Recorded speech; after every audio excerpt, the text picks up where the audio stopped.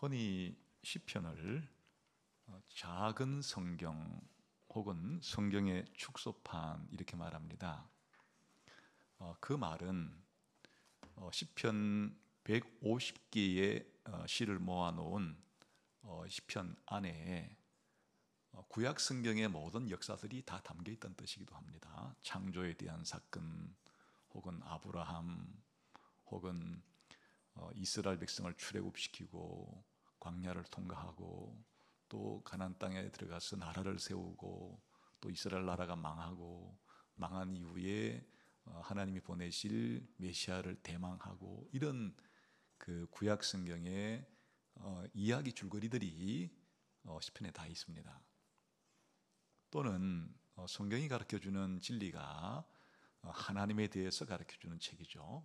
또 사람에 대해서 또한 그리스도를 보내셔서 우리를 구원하고 교회를 세우고 영원한 하나님 나라에 들어가고 이런 이야기들도 시편에 다 들어 있습니다. 그러니까 그 한 권에 우리가 150개로 구성된 시집인 시편이지만은 이게 성경을 축소해 놓은 것 같다. 그런 성경, 그렇게 사람들은 이해를 하고 시편을 사랑합니다. 또 왜 시편을 사랑하는가 하니까 이 시편은 우리 성도들이 하나님께 기도하고 찬양하고 감사드린 내용으로 구성됐는데 다른 모세 오경 같은 율법을 생각해 보세요. 그건 하나님이 모세를 통해서 우리에게 가르쳐 주신 말씀이잖아요. 그런데 이 시편에 나오는 것들은 성도들이 성도로서 살면서 어떤 생각을 하고 또 때로는 슬퍼하기도 하고 애통해하기도 하고 또 때로는 두려워하기도 하고 또 때로는 좌절하기도 하고 의심하기도 하다가 하나님을 믿고 확신하면서 또 감사도 드리고 기쁨도 생기고 즐거움도 생기고 소망도 생기고 하는 우리 성도들의 마음 안에서 벌어지는 모든 종류의 감정들이 이 시편의 시인들을 통해서 하나님께 드려져요. 그것을 하나님께서는 다시금 하나님 말씀으로 우리에게 주신 내용들이니까 더 친숙한. 그래서 많은 성도들이 역사적으로 이 시편을 사랑해 왔어요. 그런데 이제 이 시편은 이렇게 중요하지만은 좀 이해하기가 어려운 면이 있어요. 150개의 시들을 모아놓은 것이다 보니까 또 시라는 자체가 이해하기가 좀 어려울 때가 있잖아요. 되게 함축적이고 그러니까. 그래서 이제 시편을 150편이나 150개 되는 시가 있지만 여러분이 나는 참 이 시편을 통해서 도움 받았어. 나는 이 시편을 정말 좋아하고 사랑해. 라고 할 정도로 그런 게 몇 개나 돼요. 몇 개가 안 될 가능성이 있어요.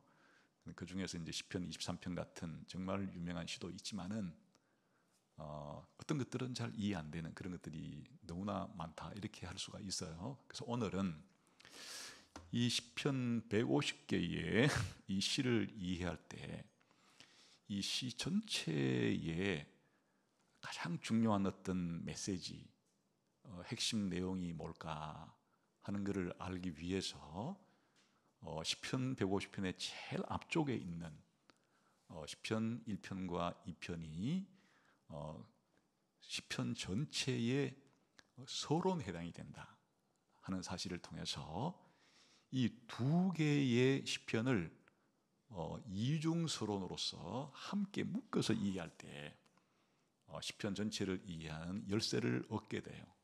그래서 때로는 시편 1편을 따로 시편 2편을 따로 독립된 시이기 때문에 그렇게 읽고 해석하고 적용해도 도움이 되지만 오늘은 시편 1편과 2편이 함께 한 묶음으로 시편 전체의 서론이기 때문에 이렇게 이 두 개의 시편을 함께 이해하는 것이 시편 전체를 이해하는 아주 중요한 열쇠를 제공해줘요.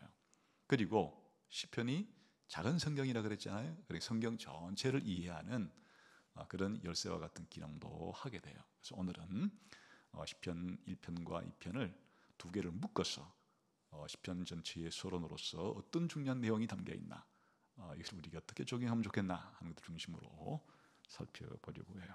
그래서 우선은 1편과 2편의 내용이 무엇이 들어있는지를 함께 살펴봅시다.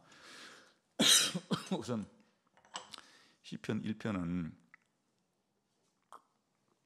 6개의 절로 되어 있는데 세 부분으로 나누어져요.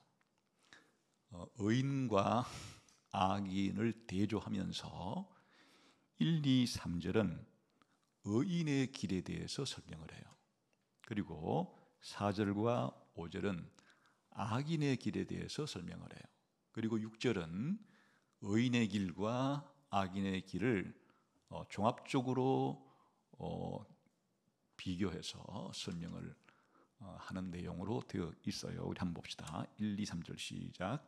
복 있는 사람은 악인들의 꾀를 따르지 아니하며 죄인들의 길에 서지 아니하며 오만한 자들의 자리에 앉지 아니하고 오직 여호와의 율법을 즐거워하며 그의 법을 주야로 묵상하는도다. 그는 시냇가에 심은 나무가 저를 따라 열매를 맺으며 그 잎사귀가 마르지 아니함 같으니 그가 하는 모든 일이 다 형통하리로다. 여기에 지금 당장 의인이라는 말은 나오지 않죠. 그러나 복 있는 사람은 하는 이것이 의인의 다른 동의어 역할을 하고 있어요. 그러니까 복 있는 사람, 즉 의인의 특징은 이러이러하다 해서 악인과 죄인과 오만한 자의 자리에 앉지 않고 여호와의 율법을 즐거워하면서 묵상하고 또 비유컨대 시냇가에 심은 나무 같아서 철마다 열매를 맺고 또 잎사귀가 쇠하지 않아서 모든 하는 일이 형통한다. 이렇게 이제 복 있는 자 혹은 의인의 특징 혹은 의인의 길에 대해서 설명을 했죠. 그 다음에 4, 5절 시작. 악인들은 그렇지 아니함이요 오직 바람에 나는 겨와 같도다. 그러므로 악인들은 심판을 견디지 못하며 죄인들이 의인들의 은혜에 들지 못하리로다. 악인들은 비유컨대 바람에 나는 겨와 같고 또 악인들은 심판을 받게 될 것이고 또 악인들은 장차 의인들의 회중 속에는 못 들어간다. 그래서 악인들의 그런 특징과 악인의 길에 대해서 설명을 합니다. 6절은 자, 이 두 가지 길을 어떻게 종합평가하는가 시작. 무릇 의인들의 길은 여호와께서 인정하시나 악인들의 길은 망하리로다. 그래서 이렇게 시편 1편의 이 내용, 다시 말하면 주제는 인생의 두 길이에요. 인생은 두 가지 길밖에 없다. 제3의 길은 없어요.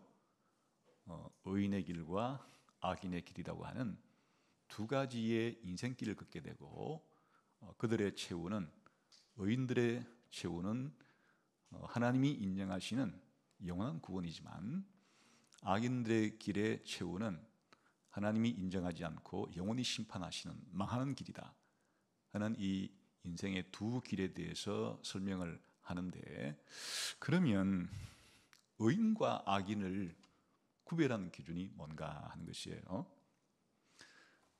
우리가 사람을 구분할 때 남녀를 구분하는 것은 생물학적인 특징을 가지고 구분하는 것이고 노소를 구분하는 것은 나이를 가지고 그렇게 구분하듯이, 그럼 지금 시편에서 의인과 악인을 구별하는 기준은 뭔가 하는 거예요. 그냥 우리가 사는 세상에서는 남보다 조금 좋은 일 하면 의인이라 부르고 남보다 좀 더 나쁜 짓 많이 하면 악인이라 상대적으로 부를 수 있지만 지금 성경에서 이 시편에서 말하는 의인과 악인은 그런 의미가 아니에요. 의인과 악인을 가르는 기준은 여호와의 율법, 다시 바꾸어 말하면 하나님의 말씀에 대해서 어떤 태도를 취하는가에 따라서 그런 거예요. 여기에 복 있는 사람 의인은 여호와의 율법, 하나님 말씀을 즐거워해요. 사랑해요. 그리고 하나님의 말씀 여호와의 율법을 묵상한다는 것은 읽고 또 읽고 생각하고 해석하고 적용하면서 실천하는 이 과정을 가리키는 거예요. 그러니까 의인의 특징은 여호와의 율법을 전격적으로 받아들이고 여호와의 율법을 믿으면서 그 율법에 기록된 대로 내가 삶을 살아야 되겠다, 이러한 인생관과 이러한 태도로 살아가는 삶을 가리키는 것이에요. 그러면 반대로 시편 1편에서 말하는 악인은 누군가, 이 반대로 생각하면 되는 거죠. 악인들은 복 있는 사람과는 반대로 저주받은 자로서 화가 임하리라도 하는 그런 사람들인데, 특징은 여호와의 율법을 무시하고 멸시하고 여호와의 율법대로 살지 않기로 결단을 내리고 살아가는 사람을 악인이라고 그렇게 부른다. 그래서 여기에 여호와의 율법이라는 것은 오늘날 우리가 많이 사용하는 용어로 바꾸게 되면 그냥 하나님의 말씀인 성경이라고 생각하면 되는 거예요. 그러니까 성경이 얼마나 중요한가. 인간을 평가할 때 이 성경을 하나님 말씀으로 믿고 받아들여서 살아가려고 하느냐, 성경을 하나님 말씀으로 믿지 않고 불신하면서 내 생각과 내 경험대로 혹은 다른 사람의 의견을 쫓아서 살아갈 것으로 결단하는가 하는 거가 인생을 완전히 판가름짓는, 한편은 그의 미래의 종말이 영생이고 다른 한편은 그의 미래의 끝이 영원한 멸망에 이르는 생명과 사망의 갈림길이 무엇으로 결정이 되느냐, 바로 하나님의 말씀 성경을 어떻게 대하느냐, 성경을 어떻게 취급하느냐, 성경을 믿느냐 불신하느냐, 성경 말씀대로 살 것이냐 말 것이냐 하는 거가 이렇게 인생의 두 길을 결정짓는 참으로 중요한 것이다 하는 것이 이 시편 1편의 주제가 되는 거예요.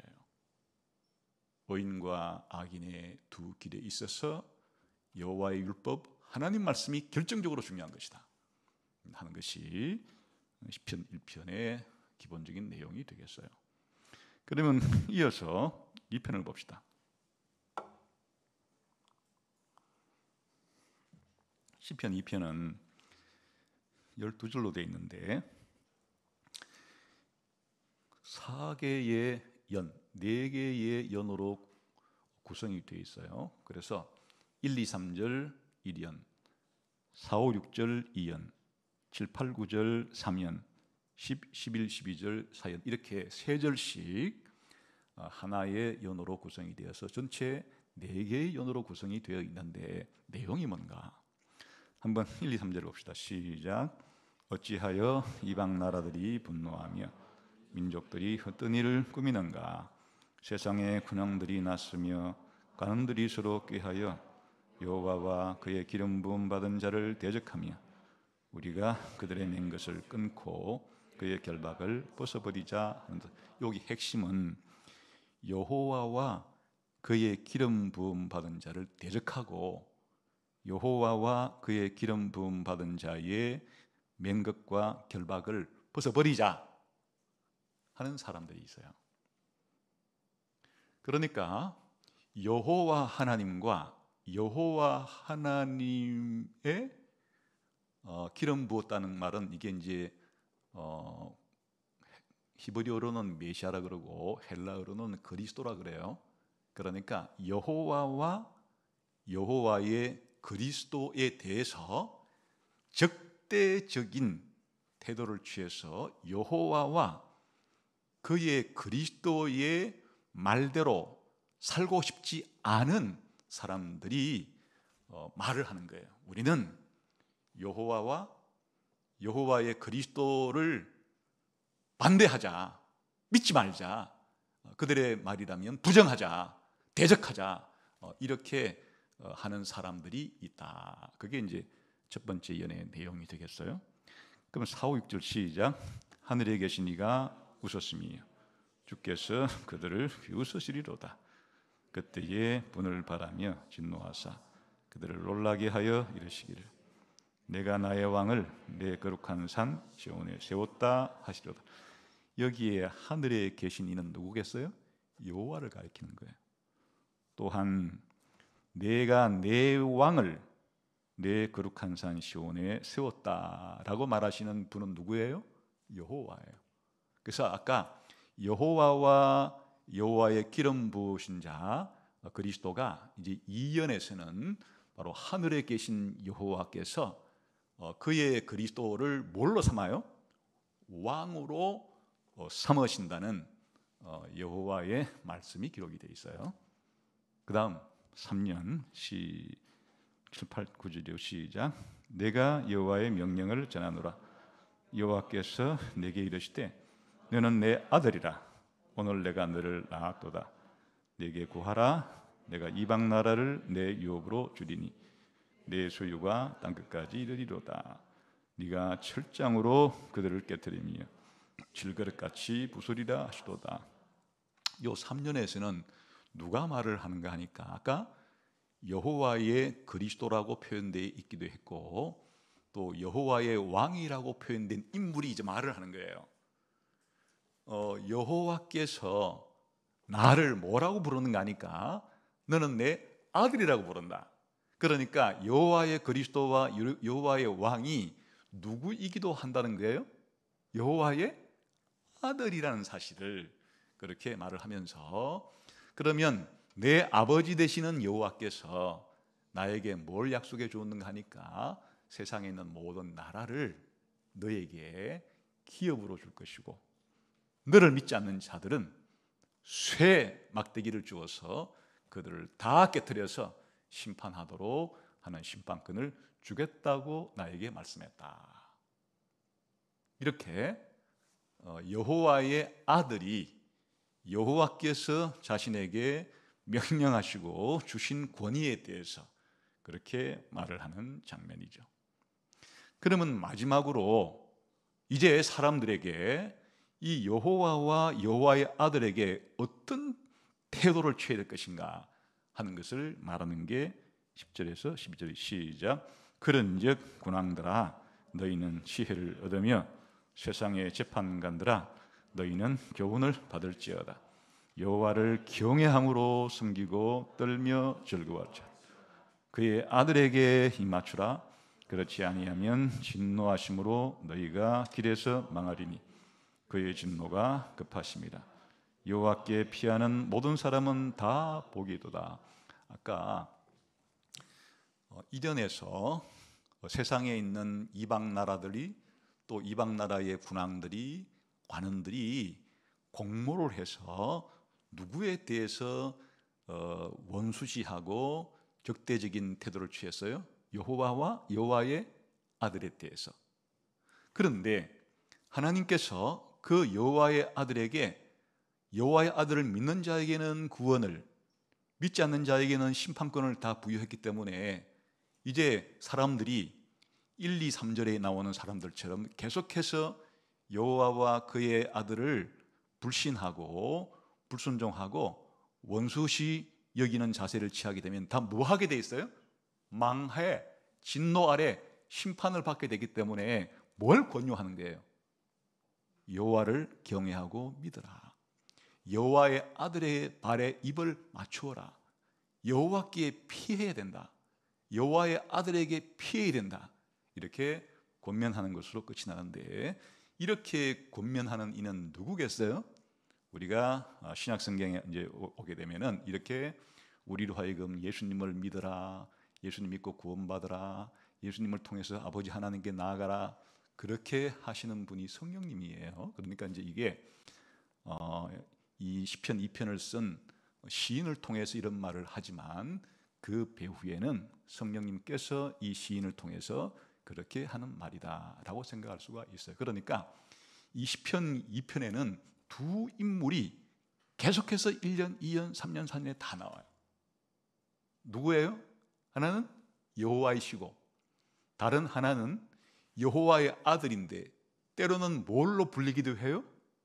기름 부음 받은 자. 그거를 헬라어로 뭐라 그런다 그랬어요?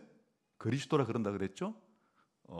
여호와와 여호와의 아들이 다른 말로 말하면 여호와의 그리스도이고 또 여호와의 왕이기도 하고, 그러니까 여호와 하나님과 여호와 하나님의 아들이기도 하고 그리스도이기도 하고 왕이신 이 두 인물에 대해서 어떤 태도를 취해야 되느냐 하는 것이에요. 여기에 의인들은 어떤 태도를 취하겠어요? 어떤 사람들이 복을 받아요? 여호와와 여호와의 아들을 믿고 그를 의뢰하고 그에게 순종하는 자들은 복이 있는 자들이 되는 거고, 반대로 이 여호와와 여호와의 아들을 믿지 않고 불순종하는 자들은 반대로 하나님의 진노와 심판을 받게 된다. 그래서 사실은 가장 중요한 핵심은 여호와의 아들의 중요성이에요. 달리 말하면 메시아 왕, 그리스도 왕에 대한 중요성이에요. 그러니까 이 두 개를 합치게 되면 시편 1편은 여호와의 율법이라고 표현된, 달리 말하면 하나님의 말씀, 또 달리 말하면 성경의 중요성과, 그리고 시편 2편에서 말하는 여호와의 아들이라고 표현되기도 하고 여호와의 그리스도라고 표현되기도 하고 여호와의 왕이라고 표현되는 이 메시아의 중요성에 대해서, 자, 의인과 악인을 구분하는 기준이 뭐냐, 복을 받는 것과 화를 당하는 것의 기준이 뭐냐, 시편 1편에 의하면 무엇에 대한 태도 여부가 그걸 결정한다는 거예요? 성경에 대한, 내가 성경을 믿을 거냐 말 거냐, 성경을 받아들일 거냐 말 거냐 라고 하는 태도와 성경이 말하는 여호와의 메시아에 대해서 믿을 거냐 순종할 거냐 아니면 불신하고 불순종할 거냐에 따라서 복을 받기도 하고 화를 받기도 하고 구원을 받기도 하고 심판을 받기도 하고 의인이 되기도 하고 악인이 되는 인생길을 걷게 된다 하는 것을 말해주는 거예요. 그러니까 이 두 개가 합쳐져서 시편 1편과 2편이 함께 시편 전체의 서론을 형성한다, 그런 뜻이에요. 다시 말하면 성경과 그리스도, 성경과 예수님의 중요성에 대해서 시편의 이 이중 서론은 가르쳐 주고 있다는 뜻이에요.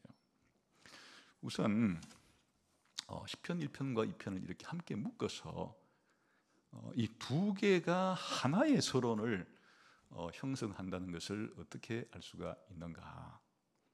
시편 150개 전체 중에서 1편이 아니고 1, 2편이 한 덩어리로서 이렇게 서론을 형성한다는 여러 가지 근거들이 있어요. 우선은 그 시편 1편과 2편을 보면 앞에 표제가 없어요. 근데 3편, 4편을 봐요. 그거 보면 3편은 다윗이 그의 아들 압살롬을 피할 때 지은 시, 다윗의 시, 4편도 다윗의 시, 이런 표제가 있죠. 그러니까 시편 1권 전체가 41편까지가 5권으로 묶여진 150개인데 이렇게 1, 2편을 제외하고 뒤에는 전부 다 이런 표제가 달려 있어요. 물론 이제 150편 전체를 다 보게 되면 저 뒤에 가면 표제가 없는 것들이 몇 개 나오기는 하는데 이 구약 성경을 히브리어를 헬라어로 번역한 70인 성경이라고 있는데 거기에는 아예 요 시편 1, 2편 이외에 나머지 모든 148개의 시편에는 표제가 다 있는, 제목이 다 있는데 제목이 없는 게 딱 두 개가 1, 2편이에요. 그러니까 요 1, 2편이 아주 두 개가 함께 묶어서 하나의 기능을 한다는 것을 간접적으로 알 수가 일단 있어요. 그 다음에 이 시편 1편과 1편이 두 개가 딱 붙어서 하나의 문학적인 단위로서 작용을 해요. 이게 시편 1편의 제일 첫 마디가 뭐예요? 1절을 다시 읽고 시작. 복 있는 사람은, 복 있는 사람에 대해서 이제 설명을 하죠. 2편의 제일 끝을 봐요. 12절에 여호와께 피하는 모든 사람은 복이 있도다. 같은 단어로 시작하고 같은 단어로 끝이 나요. 아슈레라는 말인데 히브리어로는 복 있는 사람으로 시작해서 복 있는 사람으로 끝을 맺어요. 그러니까 이 복 있는이라는 말이 시편 1, 2편에 앞을 막고 뒤를 막아서 이거를 머리와 꼬리가 같다고 그래서 수음이 일관된 구조라고 그러는데 하나의 단위를 형성해주고 있다 하는 것이고, 또 시편 1편과 2편에 사용되는 언어들이 서로 상응을 해요. 여기에 얼핏 보게 되면 1장 1절에 오만한 자리에 앉지 아니한다, 앉는다는 말이 나오고, 또 2장 1절에 보게 되면 민족들이 했던 일을 꾸민다 이랬는데 번역할 때는 앉는다, 꾸민다 이러니까 이게 전혀 다른 말 같은데 그냥 원어는 같은 말이에요. 문맥상 번역을 달리했을 뿐. 여기에 꾸민다는 말이 아니고 여기에 4절에 나오는 하늘에 계신 이가 웃으시며 앞에 그냥 직역하면 하늘에 앉아 계신 이, 그런 뜻이에요. 그러니까 앉는다는 말이 두 개의 시편의 중요한 단어들로 나오고, 아까 묵상한다 하는 말과 2장 1절에 꾸민다는 게 같은 단어예요. 그러니까 이런 유형의 동일한 단어들을 써서 시적인 내용들을 비교함으로써 뭔가 연관성이 있다는 것을 보여주기도 해요. 더 중요한 것은 내용적으로 이 두 개가 결합이 돼요. 시편 1편에서는 의인과 악인에 대해서 굉장히 추상적으로만 설명했죠.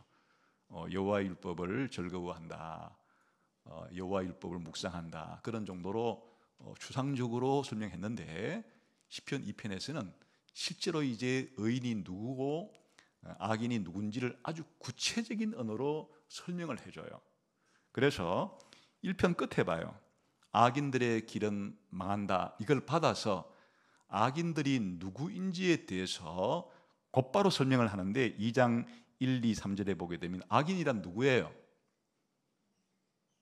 여호와와 그의 메시아를 어떻게 하는 자들이에요? 대적하는 자들이 바로 악인들이라 그러는 거예요.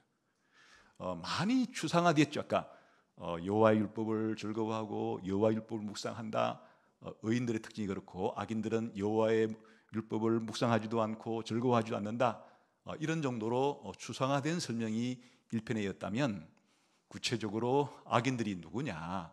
여호와와 여호와의 기름 부으신 그리스도를 대적하는 사람, 믿지도 않고 순종하지도 않고 이렇게 하는 사람들을 그걸 악인이라 부른다. 그럼 의인은 누구냐? 이 시편 2편 끝에 어떤 사람이 복이 있다 그랬어요? 여호와께 피한다는 말은 여호와를 의지한다는 말이에요. 그리고 여호와의 아들의 발에 입을 맞추는 자가 복이 있다 그랬죠. 이런 사람들이 의인이란 뜻이에요. 그러니까 여호와의 아들의 발에 입을 맞춘다. 요즘에 우리가 볼에다가 서양 사람들은 그렇게 이렇게 입을 맞추기도 하고 그러기도 하고, 이렇게 이제 문화에 따라서 다르지만은 요즘에 발에다가 입 맞추는 그런 풍습은 사라졌죠. 고대에서 다른 사람의 발에 입을 맞춘다 하는 것은 어떤 문맥 속에서 이게 등장하는 말들인가 하니까 이제 두 나라가 전쟁을 해요. 그럼 한 나라는 지겠죠? 그러면 진 나라의 왕이 이긴 나라의 왕의 발에 입을 맞춰요.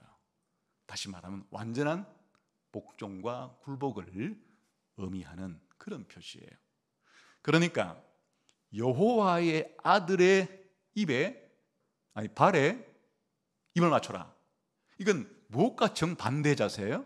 아까 악인들의 이런 특징은 여호와와 여호와의 아들을 적대시하고 그의 결박을 풀어버리려고 하고 그를 믿지 않고 굴복하지 않으려는 것이 악인들의 특징이었는데, 의인들의 특징은 반대로 여호와께 피하고 여호와의 아들의 발에 입맞추고, 다시 말하면 여호와와 여호와의 아들을 믿고 순종하고 복종하면서 살아가는 사람들을 바로 의인이라고 그렇게 부른다 하는 것이에요. 그러니까 1편과 2편의 주제가 동일해요. 기본적으로 어떤 사람이 복 있는 사람인가, 어떤 사람이 구원받은 사람이고 어떤 사람이 의인인가, 그것은 1편에서는 여호와의 말씀에 대한 태도이고 2편에서는 여호와의 아들에 대한 태도예요. 그러니까 다시 말하면 성경과 예수님에 대해서, 성경을 믿고 예수님을 믿는 사람들을 복 있는 사람이라고 부르고 의인이라고 부르는 것이고, 성경과 예수님을 믿지 않고 불순종하는 삶의 태도를 가진 사람을 여기에 하나님의 진노 아래 있는 사람, 하나님의 심판을 당해서 망할 사람, 바로 악인들이라고 부른다, 그런 말이죠.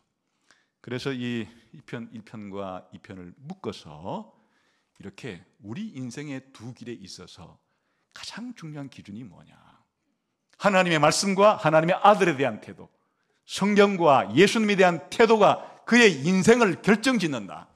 의인과 악인으로, 복받은 자와 저주받은 자로, 구원받은 자와 구원받지 못하는 자로 그 한 인간을 평가하는 기준은 하나님의 말씀, 성경에 대해서 어떤 자세를 취하느냐, 하나님의 아들 예수님에 대해서 어떤 자세를 취하느냐가 그의 인생을 결정짓는 가장 중요한 요소다 하는 것을 시편 1편과 2편은 함께 우리들에게 제시를 해주는 것이에요.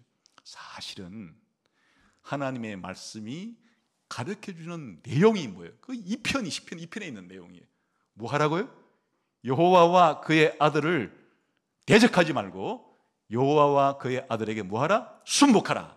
이걸 가르쳐주는 것이 여호와의 말씀을 읽고 즐거워하고 묵상했을 때 그 여호와의 말씀이 가르쳐주는 바가 우리로 하여금 누구를 향하게 하는가 하면 여호와를 향하게 하고 여호와의 아들을 향하게 해서 여호와의 왕권을 인정하고 여호와의 아들의 왕권을 인정해서 자기 인생을 여호와의 아들의 왕권에 순복하는 삶을 살아야 된다 하는 것을 가르쳐주는 것이 바로 성경이니까, 형식적으로는 하나님 말씀인 성경이고 내용적으로는 그 하나님 말씀인 성경이 우리에게 가르쳐주는 것은 바로 여호와 하나님과 여호와 하나님의 아들 되시는 예수님을 믿고 순종하는 게, 이게 복받는 길이고 구원받는 길이고 인생을 바르게 살아가는 영생을 얻는 길이다 하는 것을 가르쳐준다. 이 두 개가 뗄래야 뗄 수 없는 관계가 되는 것이에요. 그래서 바로 여호와의 율법이라고 표현된 요즘 우리가 쓰는 말로 하면 성경과 또 여호와의 기름 부음 받은 자, 여호와의 왕, 여호와의 아들이가 표현된 바로 예수님을 믿는 것이 얼마나 우리 인간에게 생사를 좌우하는 중요한 문제인가 하는 그가 바로 시편 전체의 내용의 요약이다 하는 것이고, 이것이 시편 전체에 퍼져 있어요.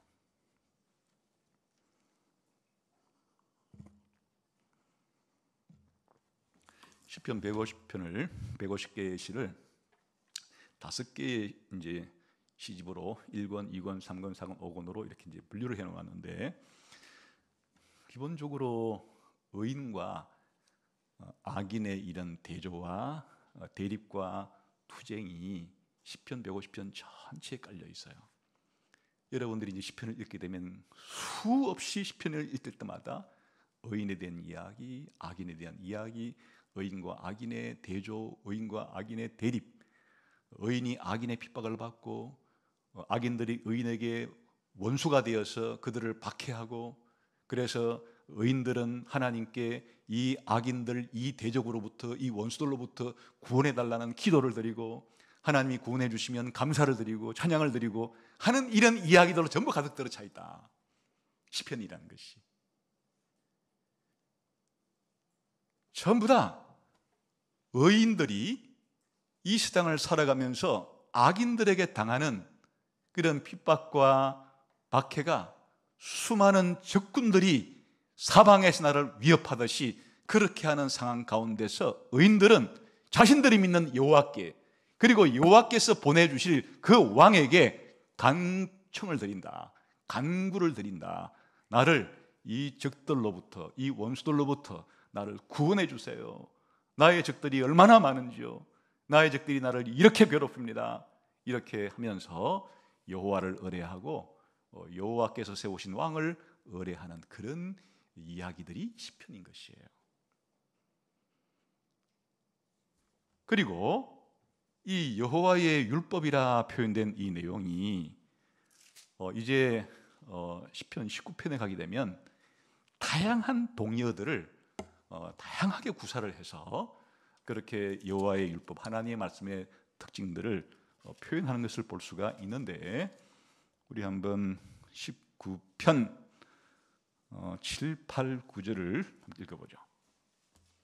이것도 시편 1편과 똑같은 바로 이 토라시예요.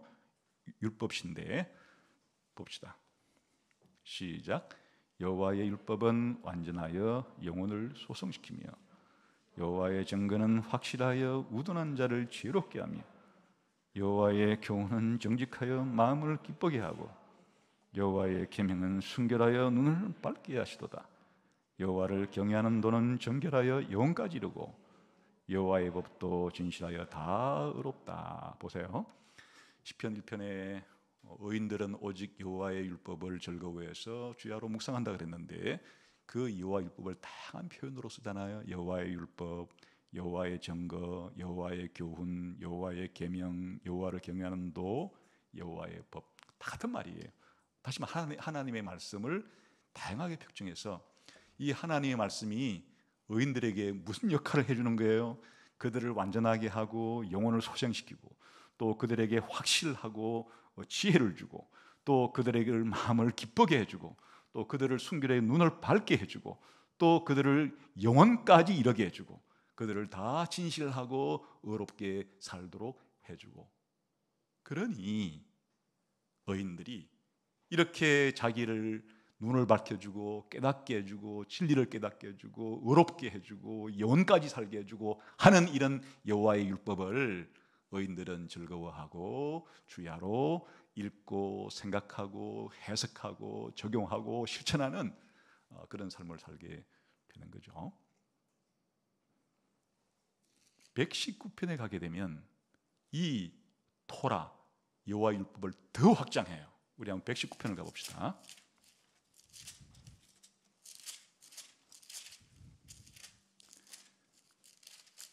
일단 119편을 보면 장이 굉장히 길어요. 절이 몇 개가 나와요? 도대체 얼마나 넘겨야 119편이 끝나는 거예요? 한참 넘겨봐요. 넘겼어요? 몇 절에 끝이 나요? 176절로 구성된 시편 안에서 가장 긴 장이고, 또 성경 전체에서도 가장 긴 장이에요. 176절로 되어 있는데, 이거는 왜 이런 절이 구성이 됐는가 하니까, 히브리어는 알파벳 숫자가 22개예요. 근데 시를 지을 때 알파벳 순서대로 시를 지을 수가 있어요. 우리로 말하면 가나다라 이렇게 해서 가로 시작되는 한 절, 나로 시작되는 한 절, 다로 시작되는 한 절, 이렇게 시를 짓기는 어렵잖아요. 그렇게 지으면 몇 절이 되는 거예요? 22절이 되죠. 그런데 8절씩 알파벳 순서에 따라서 가로 시작되는 8절, 또 나로 시작되는 8절, 이렇게 하니까 22개 곱하기 8이면 몇이 되는 거예요? 이 정도는 맞출 수 있어야 되잖아요. 176절이 되는 거예요. 그래서 이제 이 시편 119편이라는 것은 알파벳 순서대로 8절씩 해서 22개를 펼쳐서 이렇게 정교하게 시를 지은 아주 정교한 시예요. 그런데 매 절마다 여호와의 율법을 다르게 표현하면서 이렇게 176절을 가요. 근데 176개로 표현되는 건 아니고 한 연마다 8가지씩 표현을 바꾸어 가면서 그렇게 표현하는 것이니까 한번 1절부터 8절까지만 읽어보면 될 것 같아요. 한번 봅시다. 여호와의 율법을 어떻게 다양하게 표현하는지. 시작. 행위가 온전하여 여호와의 율법을 따라 행하는 자들은 복이 있으며 여호와의 증거들을 지키고 진심으로 여호와를 구하는 자는 복이 있도다. 참으로 그들은 불을 행하지 아니하고 주의 도를 행하시는도다. 주께서 명령하사 주의 법도를 잘 지키게 하셨나이다. 내 길을 굳게 정하사 주의 율례를 지키게 하소서. 내가 주의 모든 계명에 주의할 때에는 부끄럽지 아니하리이다. 내가 주의 의로운 판단을 배울 때에는 정직한 마음으로 주께 감사하리이다. 내가 주의 율례들을 지키오리니 나를 아주 버리지 마. 다 다양하게 이 여호와 율법을 표현하잖아요. 근데 다 내용은 한마디로 말하면 하나님이 뭐라 그랬어요? 말씀이니까 그냥 이런 내용이 다르더라도 어떻게 읽으면 되는가 하니까 행위가 온전하여 하나님의 말씀을 따라 행하는 자들은 복이 있으며 하나님의 말씀을 지키고 전심으로 여호와를 구하는 자는 복이도다. 참으로 그들은 불을 행하지 아니하고 하나님 말씀을 행하는, 이런 식으로 다 여호와 율법을 다르게 표현하는 말들도 하나님의 말씀으로 치환을 하게 되면 같은 내용을 다른 식으로 표현하는 것을 알 수가 있다. 그런데 시편 1편 말고 20편 19편과 119편만 그런가? 그렇지 않고 1권, 2권, 3권, 4권, 5권 전체에 이 다양하게 표현된 여호와의 율법이 어떤 곳은 여호와의 율법이라는 표현을 쓴 구절들도 있고 시편도 있고 어떤 시편에서는 여호와의 율례라고 표현된 시편도 있고 이렇게 다양한 전체에 여호와의 율법과 관련된 내용들이 다 전체 시편에 나오는 거예요. 그러니까 이 의인과 악인의 대조와 대결, 여호와의 율법의 중요성, 시편 전체를 관통하는 내용이다 그 뜻이에요. 그리고 여호와의 왕권과 여호와께서 시온산에 세우신 여호와의 아들의 왕권이라고 하는 바로 여호와의 왕권과 메시아의 왕권에 대한 이야기가 시편 전체에 가득 들어차 있어요. 그래서 이 여호와의 왕권만을 주제로 하는 시도 있고 또 메시아의 왕권을 주제로 하는 시도 있지만 기본적으로 이 시편 150편의 이 스토리라인 자체가 이런 뜻이에요. 하나님이 세우신 왕이 다윗이에요.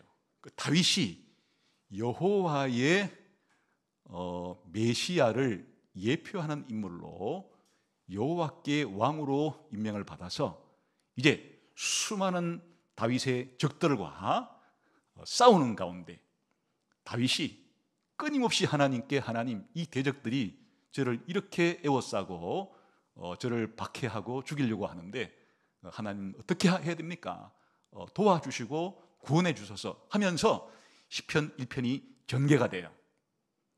1권이.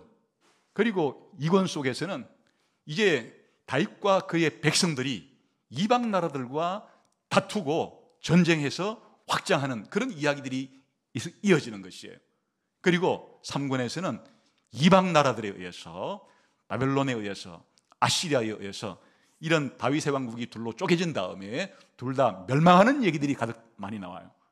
그리고 4권에서는 이제 이 다윗의 왕국이 일시적으로 망했기 때문에 그렇지만은 여호와의 왕권을 포기한 것은 아니기 때문에 여호와께서 여전히 왕이시라는 선언과 그리고 시편 5권에서는 하나님께서 여전히 왕이시고 하나님이 임명하신 그 메시아의 왕이 앞으로 계속 우리들에게 올 것이기 때문에 여호와를 찬양하면서 우리가 살아가야 된다. 이 전체 스토리라인 자체가 바로 하나님이 임명하신 왕에 대한 모형인 다윗과 다윗 왕국이 확장되어지고 이방 나라들과 싸우는 가운데 벌어지는 일들과 심지어는 이 지상에서의 다윗의 왕국은 망했다 할지라도 하늘에 계신 여호와의 왕권은 그대로 살아있어서 그가 약속한 이 메시아와 그리스도가 언젠가 와서 완전히 온 세상을 시편 2편처럼 완성시켜 줄 거라는 기대감으로 들어차서 여호와를 찬양하는 것으로 이 시편의 전체적인 내용들이 마감이 되는 것이니까 시편 전체의 그냥 주제가 이 두 가지 주제가 시편 전체를 이끌어가는 원동력 그런 뜻이에요. 뭐 하나는 여호와의 말씀을 중심으로 의인과 악인의 대결, 그리고 이 모든 대결에서 하나님께서 어떻게 하실 거로 악인은 심판하고 의인은 구원하시기 위해서 누굴 세웠다는 거예요? 여호와가 세우신 그리스도, 여호와의 왕, 여호와의 아들이 이 세상에서 악인을 심판하고 의인을 구원해 가시는 그런 이야기들이 그 당시에는 누구를 모형으로 해서 다윗 왕국을 모형으로 해서 전개되어지는 방식으로 그렇게 전체에 기록된 것이 시편이다. 그 시편을 읽을 때 이 두 개의 서론에 기록된 주제를 모르면 시편 150편 전부가 도대체 무슨 이야기를 하는지, 그 시인들이 왜 이런 기도를 드리는지를 이해할 수 있는 거예요. 그래서 매 시편을 읽을 때마다 그 시편을 1, 2편에 나오는 이 서론을 가지고 의인과 악인의 대결과 여호와의 말씀이 중요하다는 사실과 여호와와 여호와께서 세우신 그리스도가 이 왕이 이 모든 역사를 이끌어가는 원동력이라는 사실들을 바르게 이해하고 시편을 읽어야 시편의 내용들이 이해가 되기 시작하는 것이에요. 그런데 이것은 시편만의 이야기인가? 이렇게 의인과 악인이 대결을 해서 전쟁을 벌이고, 이 의인과 악인의 삶 가운데 의인의 핵심은 여호와의 말씀을 믿고 따라 살려고 하고, 악인들은 그 말씀을 부정하고, 하나님께서 세우신 왕이 이와 같이 악인들을 멸하고 의인들을 구원해가는 그런 이야기는 시편만의 이야기가 아니에요. 성경 전체 이야기가 바로 이 이야기예요. 인간이 타락한 이래로 창세기 3장 15절에 보게 되면 하나님은 여자의 후손을 보내어서 사탄을 상징하는 뱀과 싸울 것이다. 이 여자의 후손이 바로 하나님의 그리스도예요. 하나님이 세우신 왕이에요. 하나님의 아들이 와서 바로 이 여호와와 여호와의 그리스도를 대적하는 사단과 싸울 것이다. 그리고 여호와와 그의 왕을 따르는 사람들과 계속해서 여호와의 대적인 사단을 따르는 사람들의 전쟁이 끊어지지 않을 것이다. 당장 가인과 아벨이 전쟁을 벌여서 가인이 아벨을 죽이는 사건이 벌어짐부터 시작을 해서 다윗 시대는 다윗과 다윗의 적군들, 다윗의 나라와 이방 나라와의 전쟁, 그리고 예수님이 오셔서 수많은 사람들이 예수님을 둘러싸고 예수님을 미워하고 예수님을 박해하고 예수님을 죽이는 이야기를 거쳐서 예수님께서 죽고 부활하셔서 나와 여러분과 같은 예수님과 예수님의 아버지이신 아버지 하나님을 믿고 피하고 의뢰하는 사람들과 오늘날도 여전히 여호와와 여호와의 아들이신 그리스도를 믿지 않고 적대시하고 하나님 말씀을 받아들이지 않고 자기 마음대로 살아가는 사람들과의 영적인 전쟁이 지금도 진행 중에 있다. 이것이 언제 끝이 나는가? 요한계시록에 보게 되면은 그리스도께서 재림하셔서 사단을 영원한 불못에 집어 넣음으로써 이 모든 영적인 전쟁이 끝이 날 때, 그때 비로소 세상의 역사는 마감을 하고 이 악인들은 망하리로다, 영원한 불못에 던져지게 될 것이고, 의인들은 여호와께서 인정하셔서 새하늘과 새 땅에 들어가서 영원토록 살게 해준다는 이야기, 창세기부터 계시록 전체가 바로 신자와 불신자의 영적인 대결을, 더 구체적으로 말하면 그리스도와 사단 사이의 영적인 전투가 지금도 벌어지고 있고, 이것이 그리스도의 재림으로써 마감이 된다는 이 이야기에 이 축소판이 시편에 들어있고 그 시편 1, 2편에 들어있다. 그렇게 생각해도 좋다, 그런 뜻이에요. 자, 이것이 우리에게 주는 의미는 무엇인가? 사실 우리들이 살아갈 때 관심 있는 것은 뭐, 다른 사람을 딱 볼 때 남자와 여자로 구분을 하죠. 그 구분은 필요한 거예요. 그래야 결혼 상대자를 알 수가 있지. 만약에 남녀 구분을 안 하면 그 남자끼리 여자끼리 결혼하면 안 되는 거잖아요. 그 구분을 해야 되는 것이고, 또 어떤 일을 할 때도 또 남녀의 실제적인 특성이 있기 때문에 아주 뭐 무거운 것을 들 때는 좀 남성들이 앞장을 서고 좀 여성들에게는 조금 더 비켜라 해가지고 그래 할 수도 있는 문제고, 여러 가지의 또 감정적이나 정서적인 차이도 있는 것이고, 남녀 구분을 해야 서로 대화를 나누거나 함께 공동체 생활을 할 때 서로 배려해 줄 수가 있는 것이에요. 서로 존중해 줄 수도 있고, 구분이 필요한 거예요. 이걸 완전히 무시하면 우리가 살아가는 삶 속에서 질서가 파괴되고 혼돈이 일어나겠죠. 그러니까 남녀 간의 구분은 좀 필요한 것이에요. 노소의 구분도 필요한 것이에요. 어릴 때 사람의 특징이 다르고 나이가 들 때 특징이 다르기 때문에 젊은이들은 노인을 공경하고 또 노인들은 젊은이들을 이해해주고 이렇게 해야 이 사회가 유지가 되지, 이 구분을 철폐하고 그냥 젊은이들이 그냥 노인들을 젊은이처럼 취급을 하거나 또 노인들이 젊은이를 이 노인처럼 취급을 하면 이 사회의 질서가 흐트러지는 거란 말이에요. 그러니까 이런 구분들은 우리가 이 세상을 살아갈 때 필요한 구분들이기 때문에 각자 우리가 이 구분을 잘해서 살아가는 게 필요해요. 그런데 진짜 우리 인생에 있어서 운명을 좌우하는, 내 인생의 성공과 실패를 좌우하는, 영원한 천국에 들어가느냐 영원한 지옥에서 형벌을 받느냐에 이 운명을 좌우하는 것은 남녀 구별은 의미가 없어요. 노소의 구별도 의미가 없어요. 빈부 귀천의 구별도 의미가 없어요. 바로 시편 1편과 2편이 말해주는 이 기준이 중요한 거예요. 사람이 성경을 하나님 말씀으로 받아들여서 성경이 말하는 진리를 내가 믿을 것이냐 말 것이냐, 성경이 우리에게 하라고 한 것을 내가 행동으로 옮길 것이냐 안 옮길 것이냐 하는 것이 바로 생명의 길과 사망의 길을 좌우해버린다. 영생과 심판을 좌우하는 것이 바로 하나님 말씀 성경에 대한 우리의 태도이기 때문에 성경을 어떻게 우리가 대하느냐는 내가 누군지를 행동으로 보여주는 것이 되는 거예요. 만일 여러분들이 기독교인이라고 그러고 주일날 예배를 드리러 와서 예배를 드리게 되면 자기 스스로도 생각하기를 나는 기독교인인가요? 또 다른 사람도 생각할 때 쟤는 일요일만 되면은 성경책을 가지고 또 아니면 뭐 성경책을 요즘 안 가지고 다닐 수도 있으니까 핸드폰에 담아가지고 어딘가에 가서 몇 시간씩 있다가 예배드리고 온다 그러고 이러면 쟤는 기독교인인가요? 이렇게 할 수 있잖아요.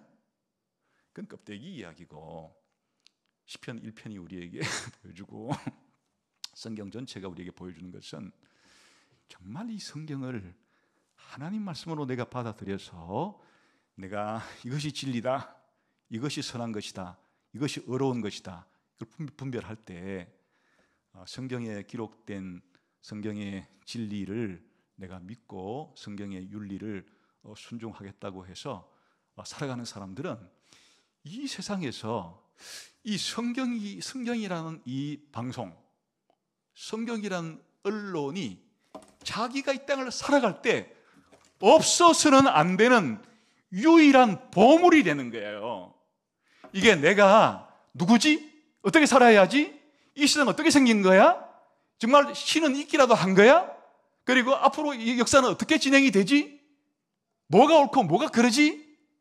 이런 하나하나의 우리가 살아갈 때 정말 중요한 물음에 대해서 이 성경이 하나님 말씀이기 때문에 나는 시편 1편처럼 이 성경을 즐거워하고 성경을 사랑하고 성경을 읽고 또 생각하고 공부하고 암송하기도 하고 또 해석을 해서 적용하기도 하고 실천 옮기기도 하고 이를 태도를 가지고 살아가는 사람을 의인이라고 부르고 신자라고 부르지, 그냥 습관적으로 일주일 한번 오늘은 예배 드리러 가야 되는 날이니까 간 다음에 예배 시간에 한번 설교 시간에 이제 성경을 그 본문을 펴읍시다 할 때 한 펴고 그 다음에는 일주일 동안 관심이 없어요.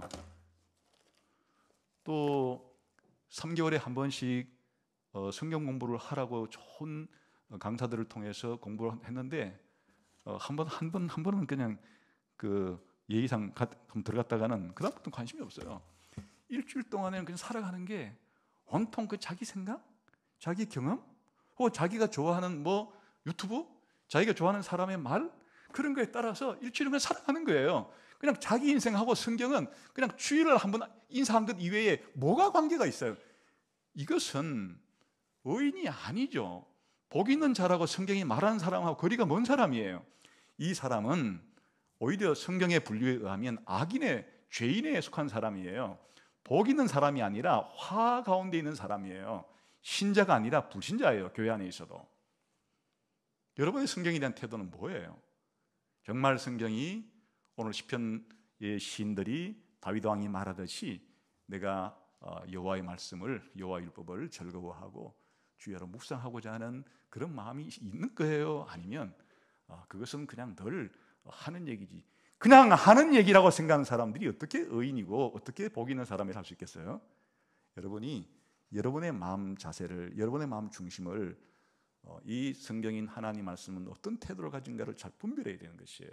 만일 여러분이 나는 그러하다, 비록 내가 이렇게 하려고 해도 좀 몸도 피곤하고 시간도 없기 때문에 좀 못해서 죄송스러운 마음 있긴 해도 내가 살아가는 내 인생관, 내 세계관, 내 살아가는 가치관은 이 성경 말씀, 하나님 말씀이 이게 진리야, 이렇게 살아야 이게 옳은 거야 라는 자세로 살아간다면 여러분은 의인이에요. 성경이 말하는 복 있는 사람이에요. 신자예요.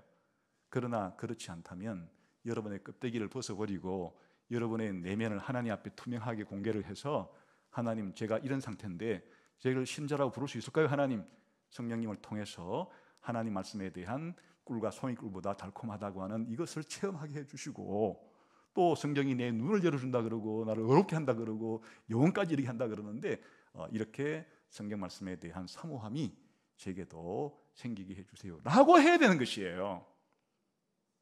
더 나아가서 실제로 성경을 그렇게 한다면 무슨 변화가 생겨야 되는가? 바로 하나님의 아들인, 하나님의 메시아인, 하나님의 왕이신 그리스도가 없다면 이 세상의 악과 죄가 어떻게 정복이 될 수 있을까? 내가 악과 죄 가운데 어떻게 죄 용서를 받고 구원받을 수 있을까? 내가 어떻게 지옥의 심판을 피하고 영원한 천국에 들어갈 수 있을까? 예수님이 없다면, 하나님의 아들이 없다면, 이 땅에 오지 않았다면 그런 일은 내게 발생하지 않는 것이에요. 그러니까 성경을 내가 하나님 말씀으로 인정한다는 의미의 실질적인 의미는 오직 그리스도, 오직 예수, 예수님이, 내가 살아도 예수, 죽어도 예수. 왜? 내 인생을 죄인에서 의인의 신분으로, 사단의 자식에서 하나님의 자식으로, 사탄의 백성에서 하나님 백성으로, 영원한 멸망의 자식에서 천국의 자녀로 그렇게 바꾸어 주시는 유일한 분이 상천하지에 예수님밖에 없기 때문에 그냥 예수님이 나에게 왕이에요. 예수님이 나에게 있어서 가장 중요한 분이에요. 내 인생을 살아갈 때 예수님 말씀대로 살아야지, 예수님을 본받아야지, 예수님 따라야지 라고 하는 게 자기 인생의 궁극적인 삶의 방식이 아니라면 그건 신자가 아니죠. 의인이 아니에요. 그러니까 시편 1편이 주는 이 메시지는 내가 누군지를 분별하는데, 참 기독교인이 누군지를 분별하는데 중요한 바로미터가 되는 것이에요. 기준점이 되는 것이에요. 그래서 오늘 우리가 이 시편을 1편과 2편을 함께 묶어서 이렇게 성경이 말하는 의인과 악인의 길에 있어서 중요한 두 가지의 기준이 바로 하나님 말씀 어떻게 대하는가, 하나님 말씀이 가르쳐주는 예수님에 대해서 어떤 태도를 취하는가가 바로 이 땅에 있어서 하나님께서 구원해 주시는 신자의 길을 보여주고 있다. 물론 성경만 읽고 예수님만 믿으면서 다른 것은 다 팽개치라는 얘기가 아니에요. 우리가 살아갈 때 성경도 하나님 말씀인지를 모르고 예수님이 우리의 구원자라는 것을 모르는 사람도 이 세상을 살아갈 때는 하나님이 주신 일반 계시가 있어서 그 우리의 감각기관을 가지고 우리의 머리를 써서 실험도 하고 관찰도 하고 지나간 역사를, 역사책을 해석도 해가면서 그렇게 이 땅에 살아가면서 살아갈 수 있는 것이에요. 많은 제품을 생산해내고 우리가 소비해가면서 그렇게 살아갈 수 있는 것이에요. 또 한 나라를 구성할 때 그렇게 어느 것이 더 옳은 것인가를 함께 합의해 가면서 살아갈 수 있는 것이에요. 그런데 이 특별 계시가 없다면, 이 하나님의 말씀이 특별히 우리에게 계시해 주시는 이 성경이 없다면 이 세상은 어떻게 되는 것이에요? 우리가 아무리 많은 책들을 통해서 이 세상에 대한 공부를 한다고 해도 우리는 영적으로는 암흑 같은 세상에 살게 되는 것이에요. 만일 이 세상에 우리가 지금 펼쳐서 읽고 있는 이 성경이 없다고 생각해 봐요. 산더미처럼 쌓여있는 저 도서관에 몇백만 권, 몇천만의 책을 다 뒤져도 도대체 우리가 왜 오늘날 이곳에 있게 되었는지, 어디서부터 왔는지, 어디로 가는지, 그리고 이 모든 일에 대해서 정답은 없는 거예요. 그냥 수많은 사람들의 다양한 그런 목소리만 있을 뿐이에요. 그런데 하나님의 특별 계시가 있기 때문에 우리의 눈을 밝혀주고 생명의 길을 가르쳐주고 영생의 길을 가르쳐주기 때문에, 그래서 이 성경은 빛과 같은 것이에요. 성경이 없다는 것은 암흑과 같은 것이에요. 그리고 성경이 말하는 예수님이 없다면 어떻게 되는 것이에요? 이 땅에서 수많은 여러분이 좋아하는 사람들로 가득 들어찬다 할지라도 우리가 이 사탄과 싸울 수 있는 이 우리의 대장은 누구에게서 우리가 찾을 수 있는 것이에요? 내 죄를 용서받게 해주시는 나의 영웅은 어디에 있는 것이에요? 나에게 영생을 가져다 주는 내 영웅은 누구에게 찾아볼 수 있는 것이에요? 예수님이 없다면 구원도 없는 것이에요. 영생도 없는 것이에요.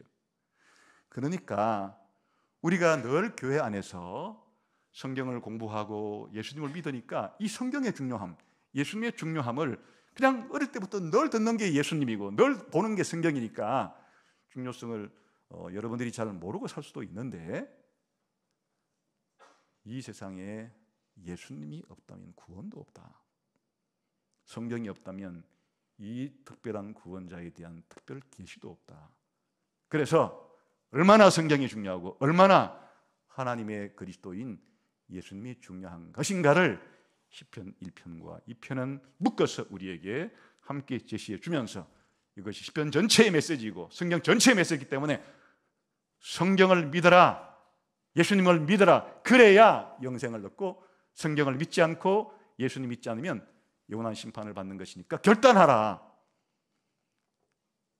그리고 우리 인생에 무엇이 가장 소중한 가치인지를 재분별해서 우리가 내 인생 방향을 새롭게 설정해라 하는 것이 오늘 시편 이중서론인 1, 2편이 주는 그런 메시지를 할 수 있겠습니다. 여러분의 인생의 가장 중요한 보물은 성경이고 예수님이심을 다시 한번 확신하게 되기를 주님의 이름으로 축원합니다. 기도하겠습니다.